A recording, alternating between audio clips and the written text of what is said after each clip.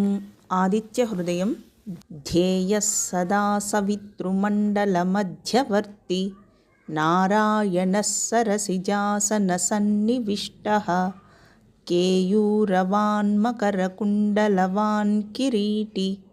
हारी हिरण्मयवपुर्धृतशङ्खचक्रः ततो युद्धपरिश्रान्तं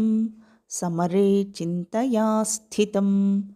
रावणं चाग्रतो दृष्ट्वा युद्धाय समुपस्थितं दैवतैश्च समागम्य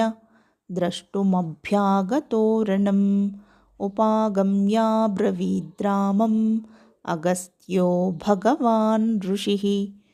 राम राम महाबाहो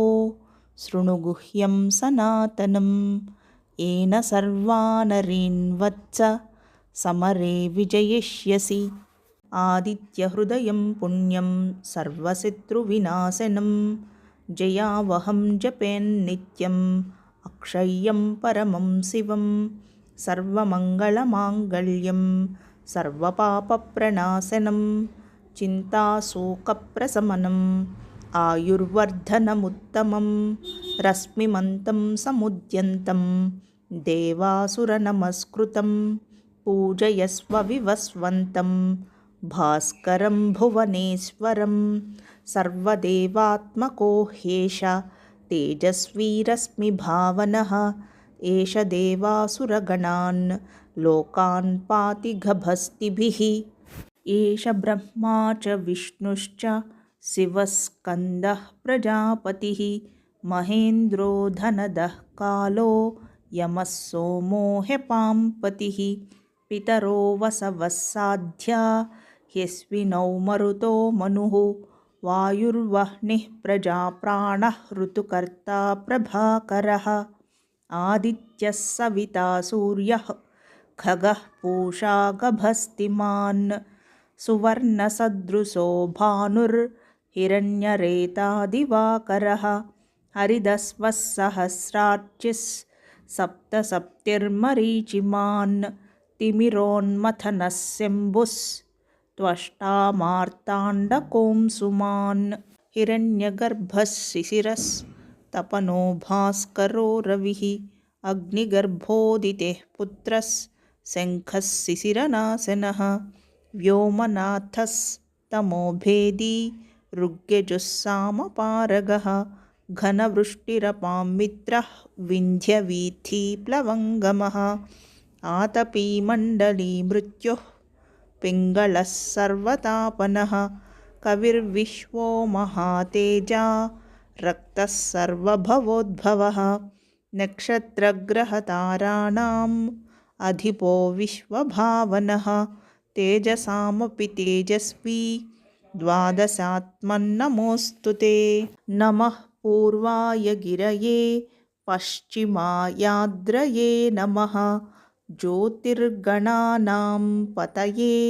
दिनाधिपतये नमः जयाय जयभद्राय हर्यश्वाय नमो नमः नमो नमः सहस्रांशो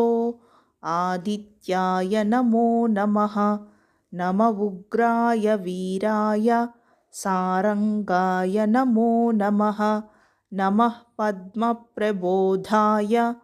मार्ताण्डाय नमो नमः ब्रह्मेशानाच्युतेशाय सूर्यायादित्यवर्चसे भास्वते सर्वभक्षाय रौद्राय वपुषे नमः तमोघ्नाय हिमघ्नाय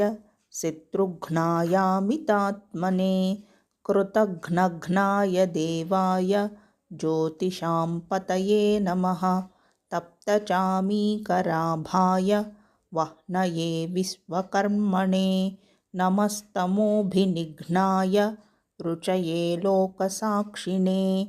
नाशयत्येष वैभूतं तदेव सृजति प्रभुः पायत्येष तपत्येष वर्षत्येष गभस्तिभिः एष सुप्तेषु जागर्ति भूतेषु परिनिष्ठितः एष चैवाग्निहोत्रं च फलं चैवाग्निहोत्रिणां वेदाश्च क्रतवश्चैव क्रतूनां फलमेव च यानि कृत्यानि लोकेषु सर्व एष रविः प्रभुः एनमापत्सु कृच्छ्रेषु कान्तारेषु भयेषु च कीर्तयन् पुरुषः कश्चिन्नावसेदति राघव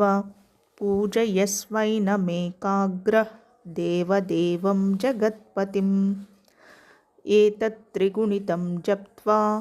युद्धेषु विजयिष्यसि अस्मिन् क्षणे महाबाहो रावणं त्वं वधिष्यसि एवमुक्त्वा तदागस्त्यो जगाम च यथागतम् एतत् श्रुत्वा महातेजाः नष्टशोको भवत्तदा धारयामास सुप्रीतः राघवः प्रयतात्मवान् आदित्यं प्रेक्ष्य जप्त्वा तु परं हर्षमवाप्तवान् त्रिराचम्यः शुचिर्भूत्वा धनुरादाय वीर्यवान् रावणं प्रेक्ष्य हृष्टात्मा युद्धाय समुपागमत् सर्वयत्नेन महता वधे तस्य धृतोऽभवत् अथ रविरवदन्निरीक्ष्य रामं मुदितमनाः परमं प्रहृष्यमाणः निशिचरपतिसंशयं विदित्वा सुरगणमध्यगतो वचस्त्वरेति। इत्यार्षे श्रीमद् रामायणे वाल्मीकीये आदिकाव्ये युद्धकाण्डे 5अधिकशततमः सर्गः।